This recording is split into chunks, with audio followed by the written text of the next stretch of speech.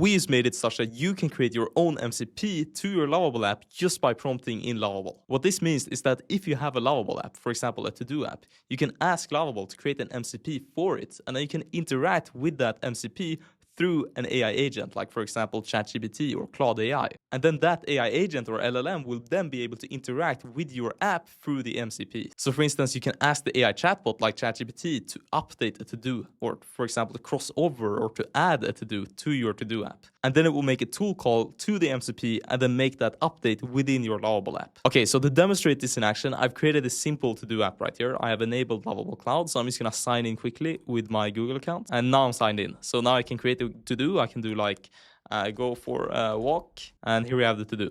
Now, I want to be able to interact with this app through like ChatGPT, for instance, or through Claude AI. So to do that, I'm gonna have to add an MCP to the app.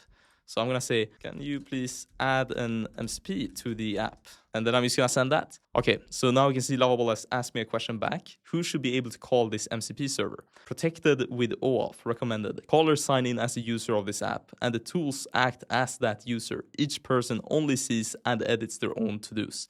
I think this is the better approach. And then we also have the public approach, which is like no logging.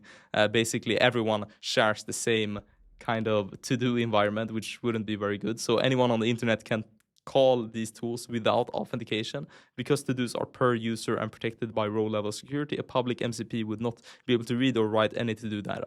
So basically, we have sign-up already within the app. So we kind of need the MCP to also be OAuth protected, authenticated for this to actually function. So I'm just going to press submit.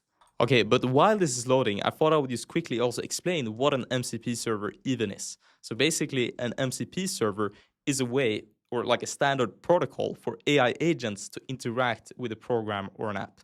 So basically, it allows agents to have tools which they can call upon, and those tools are kind of can be, vary in complexity, but usually when we talk about MCP servers, they interact with some sort of database maybe, or scripts, or basically an app. As we see, we have this quick visualization here I brought from the internet. So we have the AI assistant, the LLM, or the MCP client that makes a request to the MCP server, and then the server kind of queries the data or calls an API. So it bridges AI with the data and tools, basically. It gives AI more tools. And typically when you build like your Lovable app, like let's say you build a to-do app, you would usually just interact with this app through the actual UI or through the screen. However, maybe you want to be able to interact with this app through other apps or through other chatbots. And that's basically where MCP servers become useful, because then you can expose certain tools or ways of interacting with the app to an AI agent, basically. So if we have like ChatGPT over here, or let's say Claude AI, then adding the MCP server kind of works as a middleman, which allows us to then communicate to the app through these other AI services, basically. So we don't have to be in the UI of the app to communicate with the app. Instead, we can actually be inside of these chatbots, but then utilize the app through the chatbots, basically. And the Lovable itself even has an MCP, which means that you can even build the apps through ChatGPT or through Claude using the Lovable MCP. But either way, now we're getting ahead of ourselves. So Lovable has finished loading now, and we can see that I've exposed your to-do app as an MCP server to AI assistants such as ChatGPT, Claude, etc. Can manage to-dos as signed-in users, blah, blah, blah, blah, blah. Okay, but either way, now that we have our MCP server live, we can go over here and we can go to agent integrations. And basically, agent integrations are MCP. So we see that we have our tools over here. We have 4 tools. So we have list to-dos, create to-do, update to-do, delete to-do. And before we're actually able to use the MCP, we have to publish the app. So we can publish the app directly here, or we can go up here and then go through the flow and then press publish. All right, now our app is live.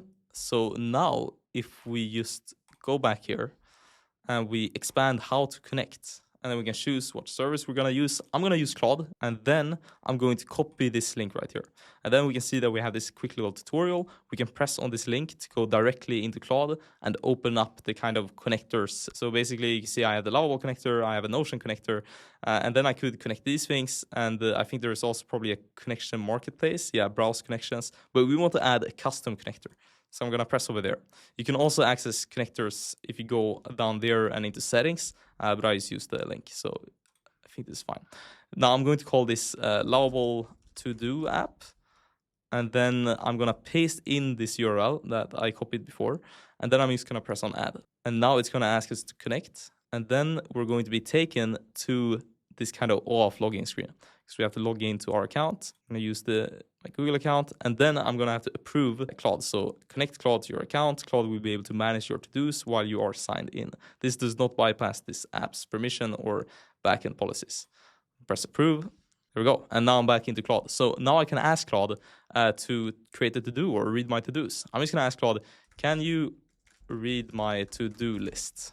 So now it's thinking. Let's expand its thoughts. So you can see the user has connected a Lovable to-do app with the list to-do tool. So now we can see that Claude is asking us if it's allowed to do this. Claude wants us to list the tools. We can press on always allow, or we can use allow once. I'm just gonna do always allow. And we can see that the response is go for a walk. And we can also, I'm just gonna remove the expansion here. And here we have the response. You got one item on your to-do list right now, go for a walk. Still not done. Want me to mark it as complete or add anything? Yes, mark the item as complete and add a to-do called go to the gym. I'm going to always allow this. Now it wants to update the to-do so it can mark it as completed. And then it's probably also gonna ask us to create a to-do, yes. So always allow. Okay, there we go. So let's go back to our app and see if it has updated it. So I'm gonna go back to the app. We don't see anything yet, but we may have to refresh. There we go. So now we can see that go for a walk is checked out, and we also have this other to-do now added, go to the gym. So perfect, this now works. I assume we can also remove to-dos. I guess that was part of the tool, yes, delete to-do. Now let's say we wanted to expand upon this app and expand upon the MCP as well. So another really cool thing that you can do is that you can build apps that are kind of personalized to yourself. Like maybe I've noticed I have some sort of daily thing that I do, and I would love for like my AI chatbot to be able to help me out with it. But I realized that I need a tool for it. So maybe, for instance, sometimes I find really great books. So I can do, okay, great. Now let's expand the app. I'm gonna use voice mode for this. So I'm gonna do, sometimes I find really good books and I just want to add them to a database or to some sort of CRM. Would you be able to expand the app to make it such that I can save books? Can you also make like a note tab or like a note column in the CRM where I can save notes and edit notes?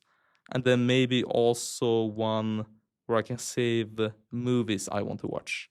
And maybe also I can add the reviews on the movies if I like them or not and why. So kind of a note under the movies. Maybe I can also add the good restaurants and their locations and maybe notes under the restaurants as well. So basically like a second brain.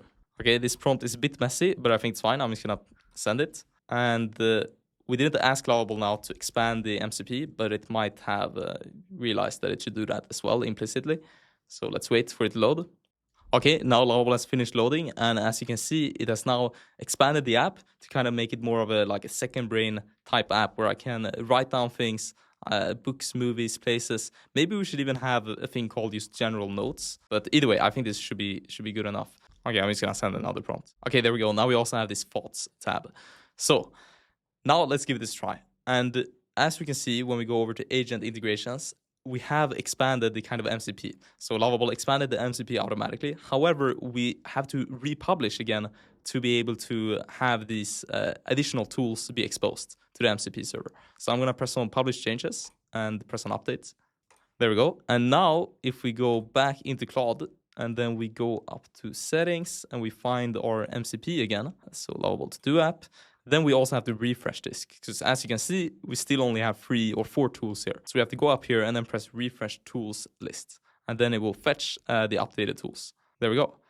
So now we can go back into our chat, and I actually prepared a message here quickly. So, hi, can you add Harry Potter to my book list and also all the movies to the movie list? Can you also add Oppenheimer to the movie list? I also ate at a place called Holy Greens in Stockholm, and I really liked it. Can you add it to my restaurant/places notes?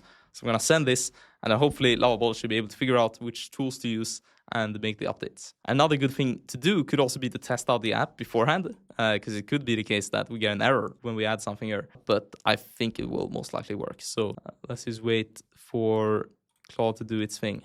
Let's do always allow. Okay, there we go. Now Claude has responded. It says all done. Here's what I've added. It added the books and it added the restaurant. Now let's go back to Lovable and let's refresh. And there we go. Here we have the Harry Potter series. We have all the Harry Potter movies and Oppenheimer. And then if we go to places, we have Holy Green and we also have this note. And of course, we can test out the thoughts as well using the MCP, etc. Let's just see if we can type in something. Yes, this works. Either way, our app is working and our MCP server is working. Now I thought I would just demonstrate another example also on what you can do with MCP servers. So you can build this app, and this app is kind of working like a database almost that an agent is able to retrieve and write to. What we can also do is that we can have kind of workflows or tasks that are exposed as MCP servers that an AI agent can call. So for instance, I built this app called Plan My Evening, where you basically input where you are and the vibe, and then it uses, I think, search and some APIs to figure out some good ideas on what you can do. I am actually not completely sure how it works, but let's just say I am in Stockholm, Central, and I want to hang out with my friends. Nothing too physical demanding, we are tired. Nothing too physical demanding, we are tired, but make it fun. And then if I type this in and I press plan your night, then it will kind of create this flow. And then it will suggest some plans. There we go. And the link a place. So I want to make an MCP for this. And of course, these flows can be all sorts of different things. Like maybe you have a flow which tells you, I don't know, maybe you enrich data about a company or some other things. That you can basically just find things that you do often, and then you can build apps for them and expose MCPs to them. Another good use case could be for a daily brief. Like maybe you want to be able to chat with Claude and ask Claude, yo, can you give me my daily brief? And then you have a specific customized flow with the information that you need. Like maybe it scripts your email, maybe your calendar, etc. So I'm just going to ask, can you make an MCP for this app? And now in this case, we don't really need a login. So anyone on the internet can call the Plan Evening tool. I think this is fine. And it's also what Lovable recommends here because we don't actually have sign up to the app. So I'm just going to try this out and submit it. And now basically the MCP will be exposed to anyone on the internet. So any chatbot. Okay, there we go. Now Lovable has added the MCP. I'm going to publish the app. There we go. Okay, now it's published. So now if we go over to Lovable, so let's just go back to our MCP and let's connect this to Claude. Add custom MCP. Let's get the URL. Let's input this. Let's call this what to do or figure out what to do during afternoon. Let's add it. And we can see we only have one tool call, which is read-only, and it's Plan My Evening. This is fine. Okay, so I've typed, hi, I'm in New York, Manhattan with 4 of my friends. We are really bored. We don't know what to do. We have lots of energy. I want to do something active. I've submitted this, and let's see what the tool call returns. So it says, the user is asking for afternoon activity. There's an MCP connector available, blah, blah, blah, blah, blah. And now it's calling the MCP, and it seems like we got a result from the MCP. And of course, Claude is natively also able to do web searches. So in this particular case, I'm not sure how much the MCP tool call actually helped. But if we expand upon our app, then it's going to be more and more useful. But either way, here we have some suggestions. Rock climbing seems to be what the tool call returned. And it also seems to be what Claude chose to input in the query. Yeah, I mean, I think this worked and made sense. What we can also do is that we can look within our app and we can probably look at the logs and we can see that the MCP ran. But of course, we don't actually have any sort of visuals in the app to know that the app has been ran other than the actual tool call that we get here. But either way, this worked. Another thing which you can do is that you can upload images and use images within your tool calls. Hopefully, this is released when I'm uploading this video. But basically right here, we have an invoice tracker app where you're able to track invoices. And then we have an MCP server where we expose various tools. And one of these tools is upload invoice. So you're able to upload an image to Claude. And Claude can use the MCP server to then upload the image over to our app right here. And then the app extracts the data from the invoice. So you can really expand and be creative with the types of MCP servers that you create. Either way, thank you guys for watching this video. And I will see you in the next one. Bye-bye.